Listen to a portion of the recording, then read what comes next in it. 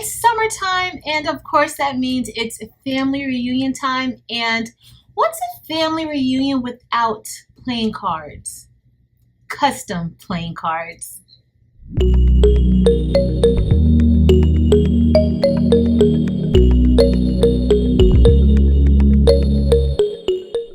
Hey y'all, welcome to my channel. I'm Patrice. If this is your first time here, thank you for being here. Please consider to look at the other content. And if you enjoy that content, please be sure to click the subscribe button and also the like button on those videos. For my returning subscribers and members, hey y'all, welcome back. So I got a request for some custom playing cards, and so I had to hit up Amazon to see if they had any blanks that I could print on, and they do. So I prefer doing it this way as opposed to subbing or doing sublimation on the playing card sublimation blanks. I do like this a lot better. We're going to be using our standard printer. It is an Epson EcoTank 15000, and it has regular ink inside, and we're just simply going to print on these playing cards. So I'm going to show you all where I'm going to get the images for the playing deck, and we're also going to make a custom family and we're also going to make a custom family reunion logo for the front parts of the cards. So let's head into our design software and Etsy so I can show you guys where I'm going to get the images from. Let's get started. Alright guys, these are the playing cards that I purchased from Amazon, and there are, I believe, 5. Let's check inside. There's 4 packs that come in this one package. There isn't a box around them, so you will have to get your own box for the playing cards. It just comes sealed in this plastic. But I do think that they are pretty consistent with playing cards, like the feel of them. I do feel like that, and both sides can be printed on. So we're going to be using our inkjet printer to print onto here. Now we're on the Creative Fabrica website, and we are just simply going to download a playing card deck so that we can print it out. You can download either the SVG or PNG version of it. Only thing with the SVG version, you will be able to change some things up. If you wanted to put a logo, take something out, you can do that with the SVG, and also change the colors up. Now, we're going to download this, but before we head out of Creative Fabrica, I just want you guys to remember that Creative Fabrica has their all access membership plan. You do have to purchase it for the year, but it's really worth it if you are on any crafting journey to be able to have access to millions of files that you can use in your craft space or your business. So let's go ahead, and all we're going to do is simply click download, and it's going to download onto our computer. Now that we have it downloaded, the next thing we're going to do is head into Silhouette Studio. And in Silhouette Studio, the first thing you want to do is you want to head up to the page setup panel, which is right here at the top. And you want to adjust your canvas. So we will be using a 2.5 by 3.5 canvas, 2.5 inches wide by 3.5 inches high, because that is the size of the cards. Okay, so this is what we are going to be printing out. The next thing we're going to do is we're going to head up to File, and we want to merge in the files that we will be using, the images, and we are going to go with the single color. They do have a layered version of the design, but we're just going to go with the single color, and we're going to select the SVG.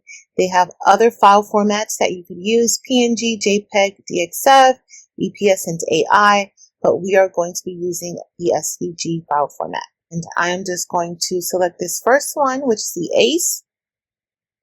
And we do see here that it's a little bit taller than what we need it to be, so we can just manually adjust the size here, or you can type in the dimensions up here. But I am just going to make it a little bit smaller. We still need to take into consideration the margins. Alright, so the next thing I want to do is, you can print it out just like this if you want. However, I want to go ahead and I want to remove this border. Now this will work just fine if you're going to be using a craft cutter to cut out cardstock and make your cards this way, but because we're printing this out, I don't necessarily need this border. around here because I am going to have those page margins on the side. So let me just go ahead and remove the border. And to remove the border, I'm simply going to right click and select Release Compound Path. Once I have the right click, or once I have the compound path released, I'm just going to head over to the Modify panel, and I'm just going to select Subtract All.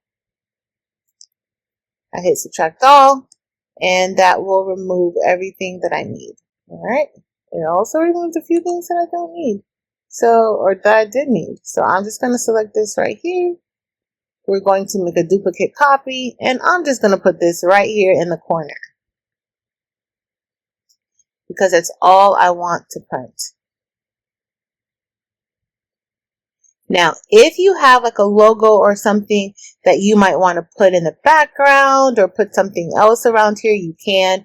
Let's say if you wanted to put a name of a company or anything that you want to put here. If you're celebrating something, you could put that there. It's all up to you. At this point, you can add whatever it is that you want to add to your design. And now let's head up to File. We're going to go to Print Page Setup. I am then going to select the printer that we're going to be using, which is going to be the Epson EcoTank 15,000. After that, I need to select the page size. Now, these are the preset page sizes that we have. We have a 3.5 by 5. However, if you scroll down and you click onto Manage Custom Sizes, you will be able to update that size and add your own custom size. And right now, our custom size is going to be a 2.5 by 3.5, and then I'm going to select OK. Now we're going to select OK again. Then we're going to head up to File, and I am going to select Print at this time. Once we go to Print, we just need to make sure everything looks good, and this does look good. Everything is on within our page setup, right? We have the 2.5 by 3.5, and then all we have to do is select Print. Once we select Print, we will then need to adjust anything that we need to adjust in the media and quality area. So if you want to, so we're going to be doing this from the rear. So I'm going to select Feed from Rear. The media type, depending on the type of paper that you're using, if you're using a glossy paper or matte paper, then you want to use that. This paper is kind of glossy, so I'm going to see how that looks using the photo glossy paper setting. Okay, but you'll go ahead and select that. And then once we're done, we have the best quality set. You can, that's up to you. You don't necessarily have to do best quality. You can do normal if you prefer. Okay, and then we're going to select Print. All right, now we're at the printer, and these are the cards. They are 2.5 by 3.5 inches.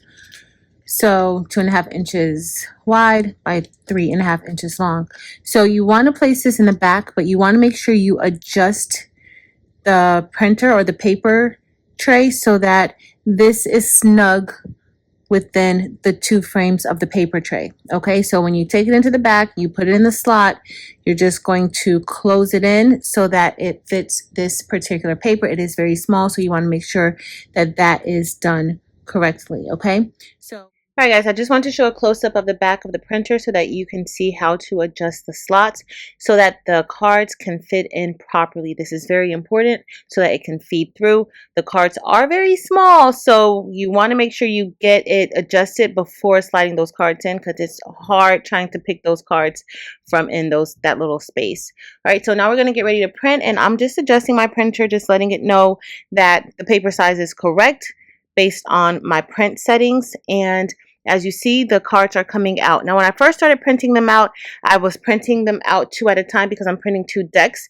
The black didn't smear. However, the color ink does smear. Okay, so you want to be careful when you're printing the color and just go ahead and grab them off as they come out. Now, I put the cards back in backwards so that way I could print on the other side, and all I'm doing on this side is printing the logo for the family reunion on the other side of the card. So both sides are printed, but if you look, you can see that that ink is not dry, looks very glossy, and I'm just going to set this aside so that it can dry because I don't want it to smear. So as they're printing out, I'm just grabbing them off and I'm setting them aside on my table so that they can dry a little bit. But I want to show you how it looks. So this is the card and this is both sides being printed on. So both sides are printed, and now we're going to head over to the table where I have some of the cards already stacked up, and I'm just going to use a little bit of acrylic sealer just to spray on top of the cards to give it a little extra protection. So depending on the type of printer that you use, you may not even have to do this step, but I did want to use this step because this is something for a client that they will be using, and I want to make sure that it does last. However, with UV printing and other forms of printing, eco-solvent printing, you won't really have to worry about coating it because it should be on the card very nicely. And also, if you're doing using cardstock and you're going to cut it out with your Cricut or Romeo or whatever cutter you have, then you could do that. But now I'm just going to spray a coating of, this is UV acrylic sealer that I'm using. Sometimes I also use the Patricia Nimick sealer, but I'm just spraying on top, making sure it's nicely coated because I don't want that ink to come off.